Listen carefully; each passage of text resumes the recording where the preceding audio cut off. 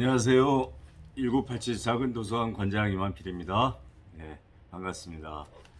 오늘은 2022년 10월 20일 목요일자 신문을 읽어드리겠습니다. 무등일보, 광주일보, 남도일보, 동아일보 순으로 읽어드리겠습니다. 오늘 날씨가 아침에 추워가지고 좀 따뜻하게 입었더니 겨울옷 좀 꺼내가지고요. 네, 또 낮에는 또 덥네요. 어제 더불어민주당 민주연구원을 압수수색 하려고 검찰이 갔다가 대치하다가 한 10시 반경입니까? 그때 이제 검찰이 다시 물러나서 압수수색이 이제 실패를 하게 됐는데, 야당의 당사에 들어가는 것 자체가 상당히 큰 이슈가 됐죠. 아무튼 검찰의 수사 부분을 계속 지켜봐야겠지만, 여러 상황들이나 정치적 여건들이 굉장히 복잡해지고 그렇습니다. 어쨌든 간에 잘못된 부분은 바로 잡는 게 맞다고 생각이 되고, 또 수사가 공정하게 이루어져야 되는 것 또한 당연한 거고, 그리고 압수수색이라든가 이런 부분들이 개인적인 경험을 가져보면 꼭 해야 할 때는 안 하는 경우가 없지 않아 그동안 있었습니다. 근데 어쨌든 검찰이 제대로 수사를 해보겠다고 칼을 빼들었기 때문에 과연 어떠한 결과가 나올지 좀 주목이 되고 있습니다. 당분간은 아마 정치권이 여야가 또 야와 검찰이 극한적으로 좀 대립하게 되지 않을까 생각이 듭니다. 무등일보 일면에 내용을 볼까요? 반도체 특화단지 관련된 부분으로 이번에는 이제 시리즈를 내고 있네요. 광주 전남에 반도체 특화 단지를 조성해야 된다. 그에 대한 유치전이라든가 이런 부분에 대한 설명들을 하고 있습니다. 윤석열 정부의 반도체 산업 육성 방침에 따라 광주 전남을 비롯한 10여 곳의 지자체들이 반도체 특화 단지 유치전에 나섰다고 합니다. 그래서 광주 전남은 안정적인 용수, 반도체 물이 많이 필요하다고 합니다. 바람, 빛 보유를 하고 있고, 그다음에 전국 최대의 전력 공급 인프라에 최고 인공지능 AI 데이터 기반 시설을 갖춘 곳이 광주 전남이다. 그래서 최고의 최적지다. 이제 이런 얘기를 하고 있는 건데, 그렇지만 안심할 수는 없겠죠. 현재 진행 상황과 유치전, 그리고 광주 전남의 강점과 유치 전략 등을 시리즈로 나눠서 짚어본다고 합니다. 오늘 1편으로 진행 상황과 유치전 얘기를 쭉 해놨네요. 이제 윤석열 정부에서 340조를 투자하는 거대한 프로젝트죠. 반도체 특화단지를 만드는 거예요. 그래서 K-칩스법에 근거해서 추진을 하고 있는데, 개정안은 현재 표류 중이라고 합니다. 그래서 광역 단체들은 미래의 먹거리를 위해서 유치전에 나서 있고, 그다음에 광주 전남 상생 공약 1호로 김영록 도지사하고 강기정 시장이 상생 공약 1호로 지금 내세우고 있다고 하고 총력전을 펼치고 있다고 합니다. 반도체 관련된 부분은 우리 지역에서는 양양자 국회의원이 많은 관심을 갖고 활동을 하고 있죠. 저도 개인적으로 그 관련된 강의라든가 좀 많이 들어봤는데, 어쨌든 미래 먹거리 산업으로서 반도체가 갖고 있는 부분들이 상당히 크고, 또 현재 한국에는 삼성이라든가 LG라든가 SK 등 반도체 관련된 기술력도 상당한 수준입니다. 어쨌든 광주 전남에 꼭 유치가 됐으면 하는 바람입니다. 여순 사건 희생 진상 규명을 위해서 74년 만에 정부가 주관하는 추념식이 있었습니다. 예, 광양 시민광장 야외 공연장에서 열렸다고 하네요. 어쨌든 역사를 바로 잡는 건 아주 중요한 문제이고, 뭐 제주 4.3이라든가 또 여순 10월 19일에 있었던 여순 사건 관련된 부분이라든가 여러 가지 5.18도 마찬가지고요. 진상 규명하는 것은 상당히 중요한 일이라고 생각이 됩니다. 예, 또 그런 진상 규명에 소홀함이 없어야 되고, 네, 실질적으로 이번에 세월호 같은 경우에도 오랜 시간이 지났지만 특히 문재인 정권에서도 세월호 진상 규명 자체가 제대로 되지 않았죠. 그러고 보면 우리 정치권에서 또 국회의원들이 내세우는 그 진상 규명이라는 게 정말 진상 규명을 하고자 하는 건지 아니면 정치적으로 이걸 이용하고자 하는 건지에 대한 구분이 제대로 되지 않아요. 굉장히 혼재되어 있고, 그래서 어쨌든 과거 아픈 역사 속에서 있었던, 그게 좌가 됐든 우가 됐든, 그리고 반란군이 됐든 그를 진압하는 군인이 됐든 간에 이에 대한 아픔들을 추념하는 행사들은 어쨌든 지속적으로 있어야 된다고 생각이 되고, 또 이에 대한 진상 규명이라든가 역사를 바로 세우는 그런 부분에 대한 관심들은 당연히 가져야 된다고 생각이 됩니다. 이런 부분은 실은 진보 정권이든 보수 정권이든 여야 구분 없이 관심을 갖고 해야 된다고 저는 생각을 합니다. 이계호 의원이 이번에 국감 자료 관련된 부분에서 마한 가야사 식민사관이 식민 마야 마한이 알죠? 마한의 역사, 우리 나주 쪽을 중심으로 해서 마한, 진안, 변안 할 때 마한입니다. 이 마한의 역사와 그다음에 가야사, 예, 가야하면 어디 쪽일까요? 예, 경상남도 쪽에 가까운 거기 지역에 대한 어떤 내용인데, 이를 바라보는 역사관이 식민사관에 의존되어 있다라고 얘기를 하고 있네요. 그것도 정부가 역사를 왜곡해 하고 있다라고 얘기를 하고 있는데, 유네스코 세계유산 등재 신청할 때 우리 사료 외면하고 일본 사료를 인용했다라고 얘기를 하고 있습니다. 또 문화재청 국립중앙박물관에 대해서 이에 대한 비판을 하고, 그다음에 가야사 예산이 마한의 4배 정도가 된다고 합니다. 한쪽에 치우쳐졌다 이제 이런 얘기를 하고 싶어하는 것 같은데, 첫 번째는 실은 이런 역사에 대한 어떤 인식이라든가 연구라든가 분석이라든가 이런 부분은 어쨌든 근본적으로 보면 우리 한국보다는 일본이 더 많은 연구를 하고 있다고 합니다. 아쉬운 얘기인데 제가 그 오래전부터 해왔던 무예 쪽에 무예도보 통지라는 책이 있습니다. 조선시대. 이 무예도보 통지에 관련된 연구라든가 여러 가지 사료 내용들이 실은 조선의 역사임에도 불구하고 일본에서 더 연구가 많이 되고 있어요. 또 박사라든가 이런 석사 학위 논문들이 더 많이 나오고 있고, 우리가 반성해야 될 부분입니다. 일본 같은 경우는 이런 연구들을 치열하게 많이 하고 있어요. 이유가 어떤 거든 간에. 그래서 어쨌든 우리 사료를 외면하고 일본 사료를 인용을 하고 있다는 건 지금 현실적인 한계를 좀 얘기를 하고 있는 것 같고, 그럼에도 불구하고 이에 대한 연구라든가 이런 부분들이 좀 더 우리 역사학계도 좀 치열하게 있어야 되는데, 제가 볼 때는 기초 학문에 대한 연구의 여건들을 높이는 게 좋습니다. 실은 어쨌든 일자리 문제라든가 취업 문제 여러 가지 부분 때문에 실용 학문이 대학에서도 많이 판을 치고 있죠. 그래서 기초 학문이 많이 이루어져야 하는데 그러지 못하고 있는 것도 현실입니다.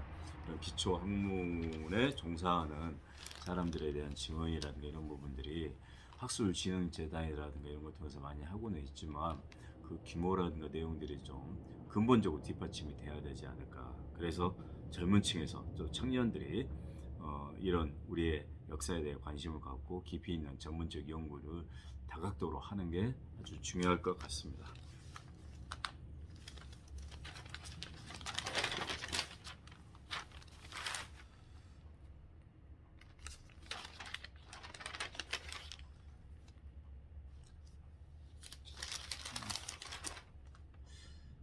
어제도 여야 간의 양곡 관리법 관련된 부분에 대한 얘기가 많이 나오고 있는데 저는 근본적으로 어쨌든 어제도 잠깐 말씀드렸지만 쌀 재배를 하고 있는 우리 농민들이 먹고 살 수 있는 어떤 여건들은 조성이 돼야 됩니다. 그게 막 지원해주고 그런 문제가 아니라 쌀을 재배하는데 뭐 40kg짜리 한 가마에 가격이 충분히 매겨져야 되는데 그러지 못하고 있는 거죠. 대부분 우리나라 같은 경우에는 농사를 지어서 사적으로 판매하는 경우도 많이 있지만 대부분 정부에서 사갑니다. 근데 그 사가는 비용이라든가 이런 부분들이 너무 낮다는 거죠. 그래서 이 가격을 좀 현실적으로 매겨줘야 농부들이 농사를 짓고 살 수 있는 건데 또 우리 농촌의 여건들이 농사라는 게 많이 짓고 있지 않습니다. 지금 대부분 노인분들이 많이 계셔가지고 그래서 몇몇 젊은 사람들 중심으로 해서 대농을 많이 하고 있습니다. 또 그런 현실적인 부분들이 있는데 어찌됐든 간에 쌀 관련된 수매가가 현실적으로 매겨져야 되는데 그러지 못하고 있죠. 그래서 정부에서도 이런 부분에 대해서는 예산을 좀 투여를 해서 할 필요가 있다는 거고 그러면 어떻게 하면 쌀을 가지고 그러니까 밥만 먹을 수는 없지 않습니까? 쌀 가지고 할 수 있는 것들이 많이 있겠죠. 뭐 요리 요즘에 방송에서 요리하는 거 많이 나오는데 쌀로 할 수 있는 요리나 이런 어떤 애들이 먹을 수 있는 과자라든가 여러 가지 부분에 대한 개발들이 좀 많이 있어야 되고 또 촉진할 수 있는 쌀을 소비할 수 있는 어떤 여건들을 많이 마련해 줄 필요가 있습니다. 그래서 단순히 예산 올린다고 해서 그걸로 해결될 문제는 아니라고 생각이 되고요. 이런 부분에 대한 근본적인 대책들을 많이 할 필요가 있고 또 캠페인도 많이 해야 될 필요가 있다고 생각이 됩니다.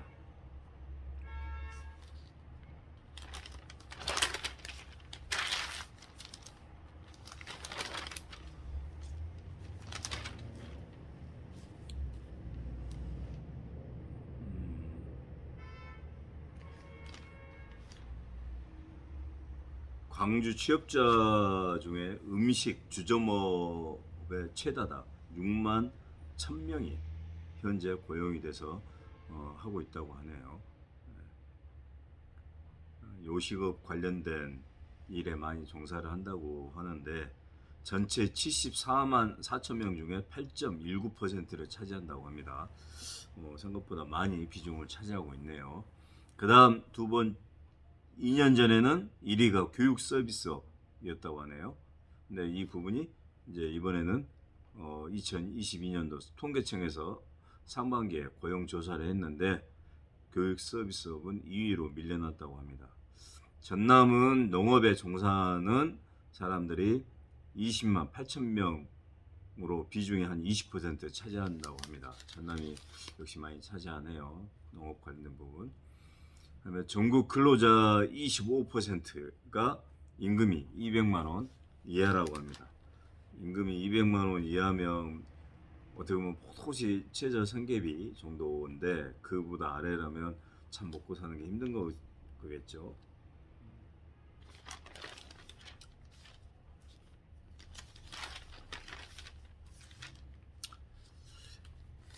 바르게 살기 운동 강주 북구 협의회에서 사랑의 도시락 나눔 봉사활동을 했네요.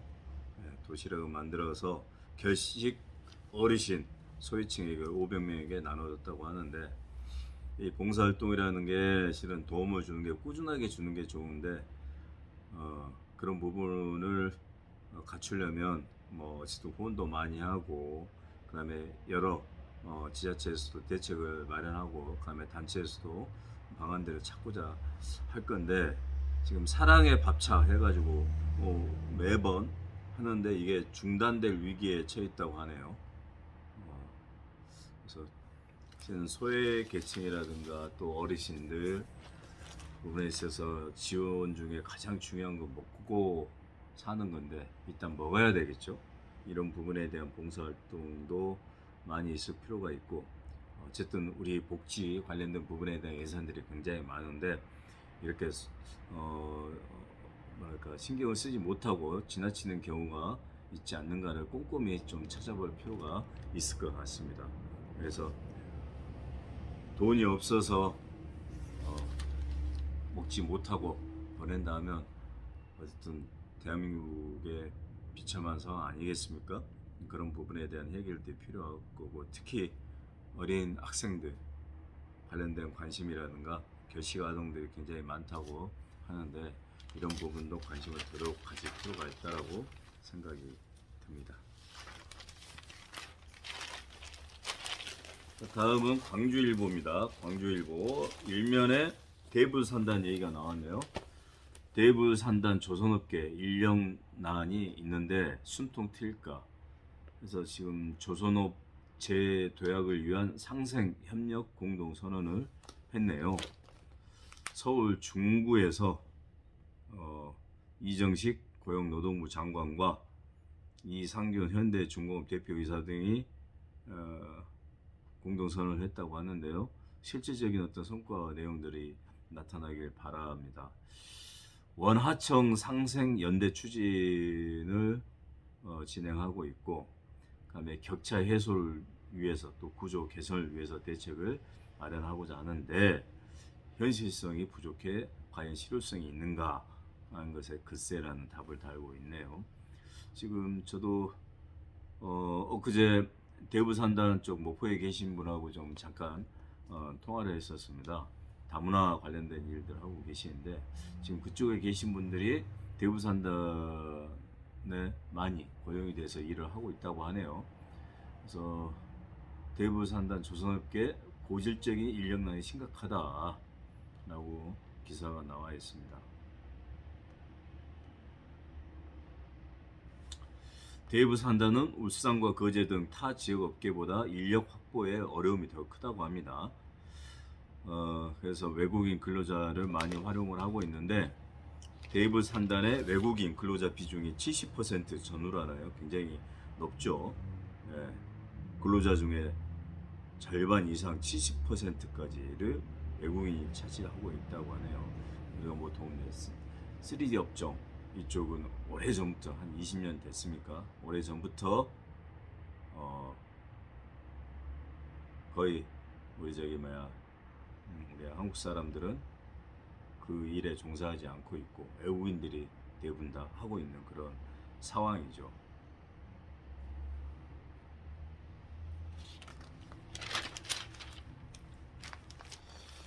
제1야당 교누는 검. 예, 아까 서두에 얘기했던 내용이네요.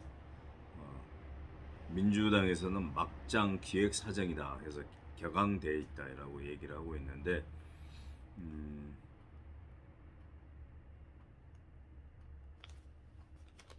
지금 검찰이 어제 민주당 당사 압수수색으로 인해서 오늘 오전에 예정된 국회 행정안전위원회 광주 현장 국정감사가 파행으로 이어질 가능성이 높다라고 얘기를 하고 있네요. 오늘 오전에 있었는지 모르겠네요.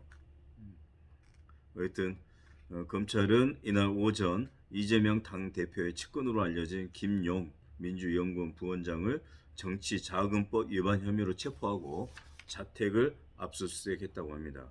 이어서 오후에는 민주당 중앙 당사에 있는 민주연구원에 대한 압수수색에 나섰던 거죠. 지금 4년 만에 광주의 현장 국감이 이루어지고 있는 상황인데, 복합 쇼핑몰 등에 관련된 여러 얘기가 나올 거라고 보고 있고, 화정동 붕괴 사고하고 광주형 일자리 등이 쟁점이 될 것이다 얘기를 하고 있습니다.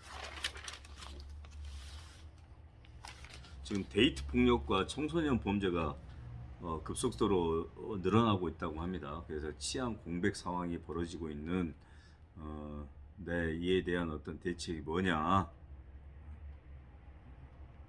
광주 경찰청 국정감사에서 얘기가 다뤄질 것 같다고 얘기하네요.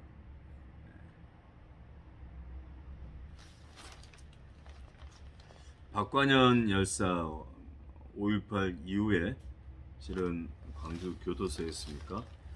단식으로 강렬하게 항의했던 박관현 열사, 단식을 하다가 돌아가시게 됐죠. 전남대학교 총학생회장을 5.18 때 했었는데, 박관현 열사 유족이 국가를 상대로 한 손해배상 소송에서 일부 승소를 했다고 합니다. 광주의 라마다 플라자 충장 호텔이 문을 열었습니다. 예. 무등산과 광주천을 조망할 수 있는 새로운 특급 호텔 라마다 플라자 충장 호텔이 문을 열고 운영에 돌입했다. 지하 1층, 지상 13층이네요. 호남동에 특급 호텔이 생겼고 95개의 객실과 연회장, 피트니스 센터 등이 자리를 잡았고 내달 다음 달 10일에 그랜드 오픈 행사를 한다고 합니다. 어떤 광주에 특급 호텔이 없다 이런 얘기들이 많이 나오고 있었는데 어쨌든 광주에서 세미나를 한다든가 국제학술 회의를 한다든가 여러 가지 부분에 행사를 하고 또 관광객들이 좀 더 질 높은 곳에서 숙박을 해야 되고 그러는데 그런 게 부족하다는 얘기가 많이 나왔는데 일단 물꼬를 라마다 플라자 그 호텔에서 지금 열었네요. 좋은 소식이라고 생각이 되고 많은 분들이 광주를 찾아왔으면 좋겠다는 생각이 듭니다.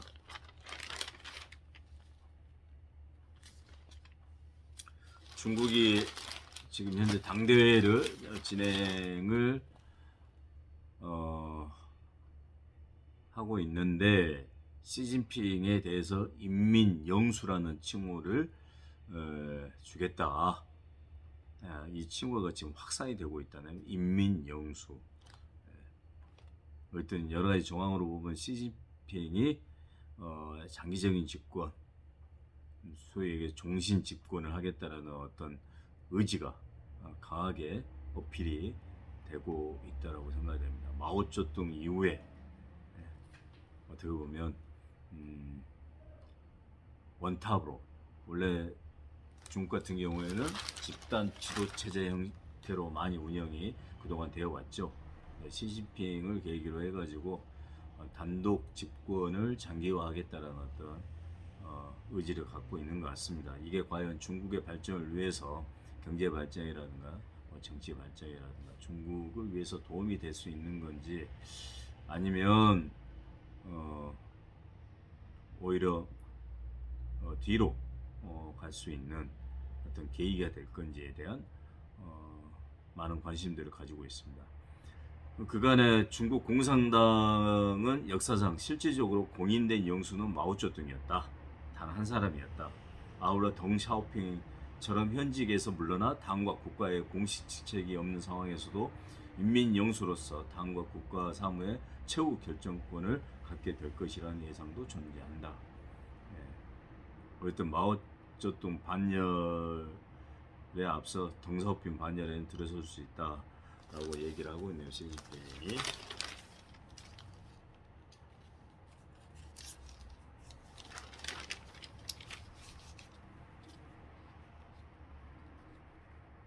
완도에서 지금 국립해양수산박물관을 유치하기 위해서 열심히 노력을 하고 있다고 합니다.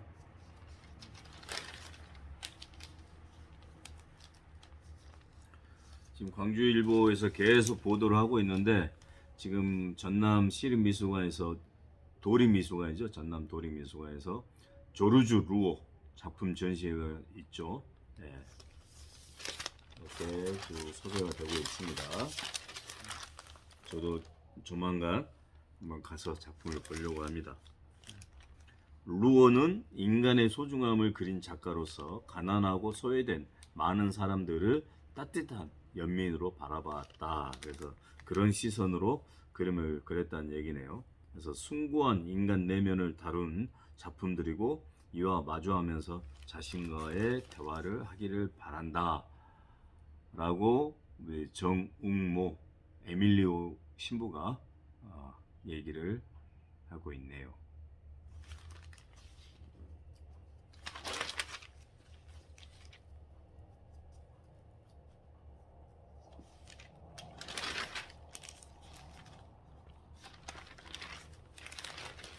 자, 다음은 남도일보 읽어드리겠습니다. 남도일보 첫면입니다. 첫면에 심층 기사가 하나가 실려 있네요. 전남대학교 기술 지주 산학현악단으로 있는 기술 지주 회사, 좀 이름이 생소하게 들리는데, 이 지주 회사 임직원들이 3년 동안 보름에 한 번꼴로 룸사롱 가고 법인카드로요, 단란주점 가고 노래홀 등 유흥업소를 드나들며 수천만 원의 접대비를 흥청망청 썼다라는 기사입니다. 3년간 감사에도 안 걸리고 그동안 있었다는 것 자체가 의아하네요. 그것도 적은 돈이 아닌데, 네. 낱낱이 좀 감사를 할 필요가 있겠다는 생각이 듭니다. 백화점 상품권 1천만 원 구매한 카드깡 의혹도 보인다 라고 합니다. 2016년부터 2018년까지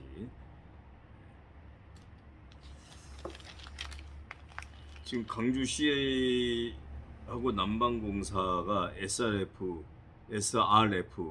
갈등으로 인해서 어마어마한 손해를 보고 있다고 지금 기사가 어제부터인가 쭉 나왔던 것 같은데, 양측 피해액 합산이 9천억이랍니다. 9천억. 예. 국무조정실에서는 7월에 조정안을 제시했는데 시와 공사가 피해액 보상을 미포함시켰다라고 얘기를 하고 있습니다. 양양재 의원이 정부 조정안 재검토가 필요하다. 전남 나주시 SRF 고형 연료 열병합 발전소 관련된 가동을 할 건지 말 건지, 가동했다 안 했다가 또 주민들 대책이 만들어 가지고 싸우고 4년 동안 갈등이 이어지고 있는데, 이에 대한 손실액이 최대 9천억이라니 어마어마한 비용입니다. 주민 간의 갈등 문제라든가 또 이런 관에서 추진하고자 하는 특히 쓰레기 관련된 문제라든가 혐오 시설로 인정이 되다 보니까 지역 주민들은 들어오기를 반대하고, 또 이미 건물이 지어졌음에도 불구하고 그걸 가동 못하고, 또 상무 치평동에 있는 같은 경우에는 가동시키다가 이제 주민들이 반대해서 중지를 하고, 이런 여러 가지 상황들이 반복적으로 이루어지고 있고, 세금은 어마어마하게 낭비가 되고 있고, 갈등 조정을 어떻게 할 건지가 대단히 중요한 것 같습니다. 결과적으로 이게 돈으로 연결되어 있는 거죠. 국민의 세금으로도 연결되어 있고 막대한 피해가 있는 거죠. 그래서 그런 부분에 대한 어떤 정부나 지방의 행정적 대책이나 방안들이 좀 명명백백하게 좀 세워지고, 그다음에 그런 부분을 진행을 할 때 주민과의 충분한 소통이 사전에 필요할 것 같아요. 해놓고 문제가 발생이 되면 오히려 더 많은 피해를 입게 되는 거죠.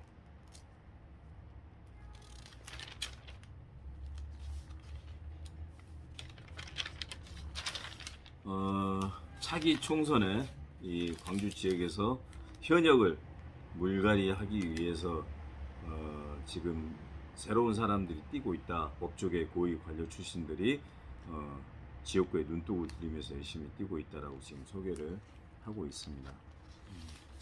어쨌든 총선 선거를 통해서 새로운 인물을 뽑아내는 것도 중요하고, 일을 잘하는 사람은 한 번 더 시켜서 봉사할 수 있게 만들고, 이런 것들이 중요한데, 이 광주 전남 이 호남 지역은 그런 물갈이가 인위적으로 되는 경우가 많죠. 그러니까 그 사람이 그 의원이 실력이 있는지 없는지가 중요한 게 아니고 누구 줄이냐 따라서 그 당시 권력이 센 쪽이 공천을 하게 되고, 그러면 바뀌게 되고, 이제 이런 상황들이 반복이 되고 있죠. 주민을 위한 공천이 아니라 자기의 개인적 권력과 이익, 어떤 줄, 이런 거에 의해서 좌지우지가 되기 때문에 정치가 발전이 안 되는 거죠. 뭐 좋은 인물도 키워낼 수도 없는 거고, 반드시 바뀌어야 됩니다.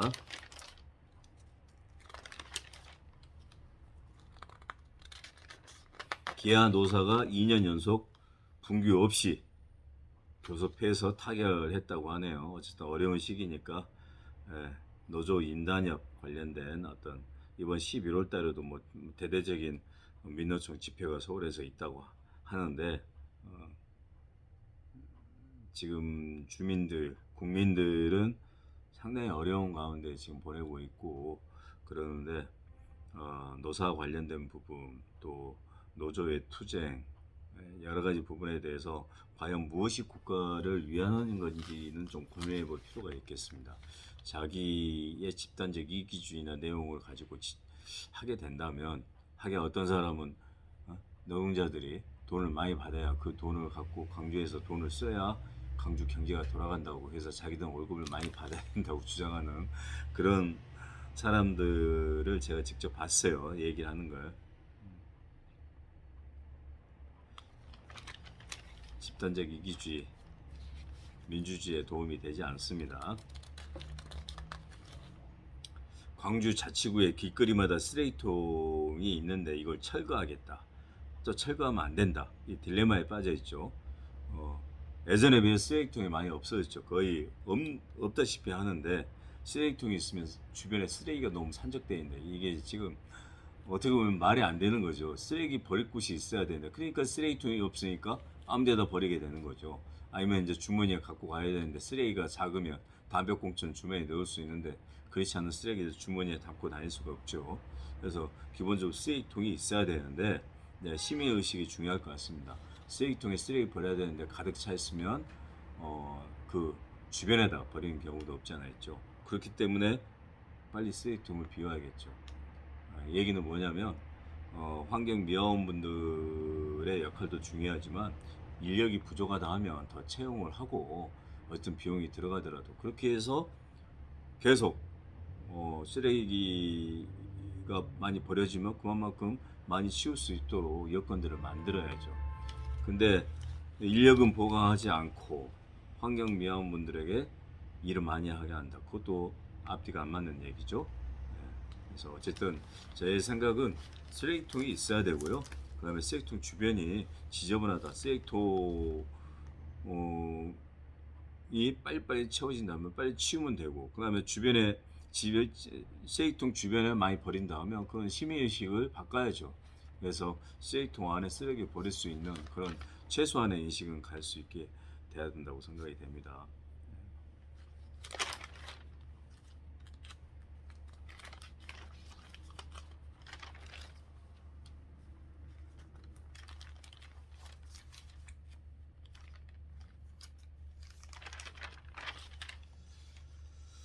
쓰레기 줍고 지구 환경 살리고 건강 챙기고 3년 만에 돌아온 ACC 시티런 이가 나오네요.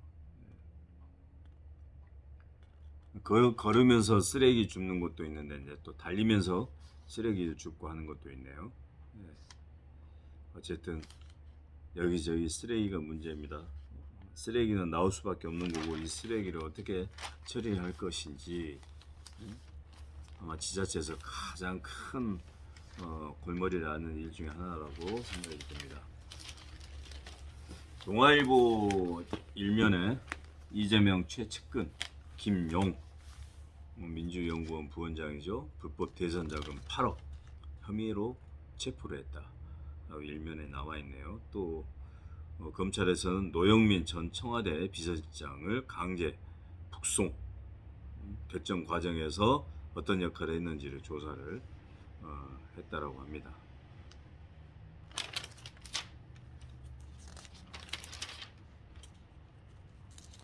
SK 데이터센터 카카오 대란이 있었던 사건이죠. 화재가 발생이 됐는데 실은 4시간 전에 위험 경고가 있었답니다. 2차례 걸쳐서 경고가 있었는데 이에 대해 적극적으로 대처를 하지 못하고 바로 화재가 발생이 된 사건이네요.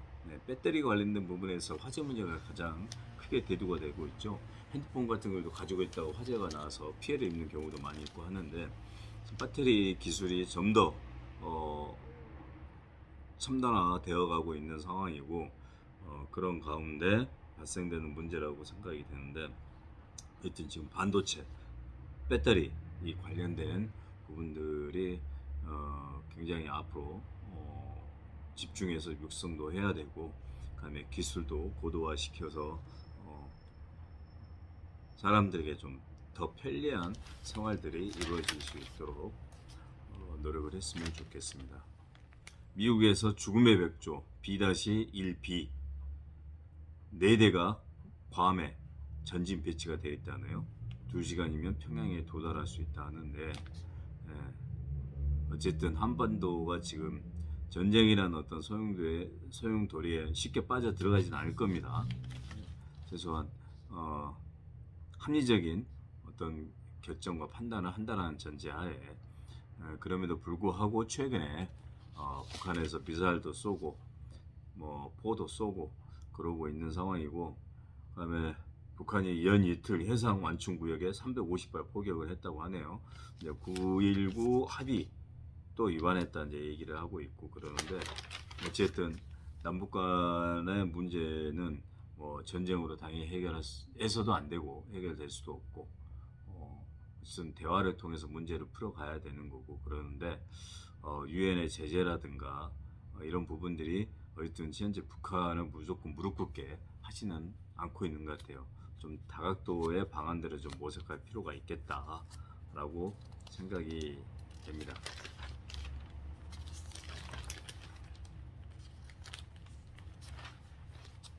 지방 의회들 시작부터 의정비 셀프 인상을 하고 있다. 뭐 요 전에 신문에도 좀 나왔었고, 지방 신문에. 근데 동아일보에도 대전 동구, 부산 동구 등 여러 얘기가 나오고 있네요.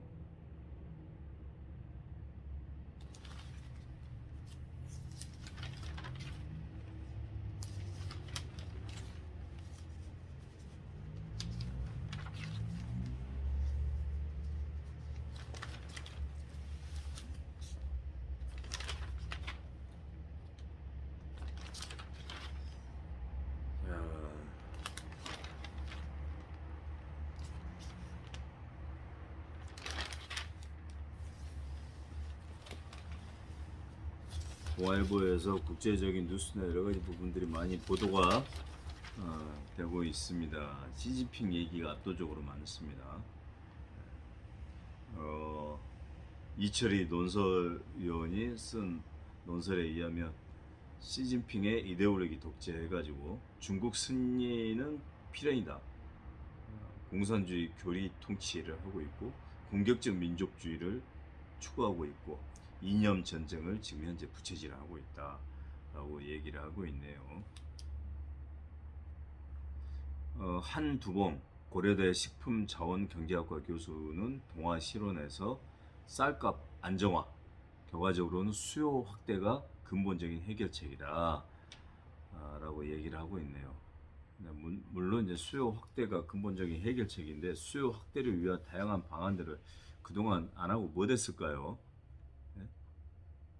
쉽지 않다는 얘기죠. 그래서 이건 장기적인 차원에서 문제이고, 당장 쌀값이 너무 낮아가지고 지금 생계 문제 위협을 받고 있는 농민들에게 직접적인 도움을 당장 줄 수 있는 부분도 중요하겠죠. 그래서 정부가 쌀을 의무적으로 매입하고 있는데 재정 부담에 지속적인 어려움이 있다. 그래서 선진국들은 곡물 매입보다는 수요 확대에 집중을 하고 있고, 쌀 수요 다양화하고 소비 촉진책 적극 나서야 한다. 좋은 얘기입니다. 우리 저기 이걸 연구하는 학자들이라든가 또 전문가들이 아까도 얘기했지만 쌀을 이용한 다양한 제품들을 만들어낼 필요가 있어요. 오로지 밥만 많이 먹으면 된다 하면 쓰겠습니까? 지금 시대가 어떤 시대인데.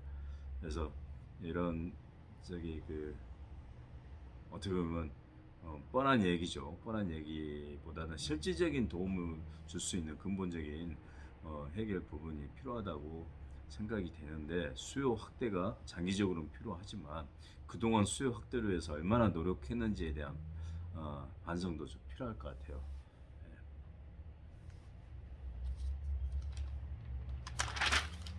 그러면 이상으로 2022년 10월 20일 목요일자 신문을 읽어드렸습니다. 1987 작은 도서관 관장 이만필 인사드리겠습니다.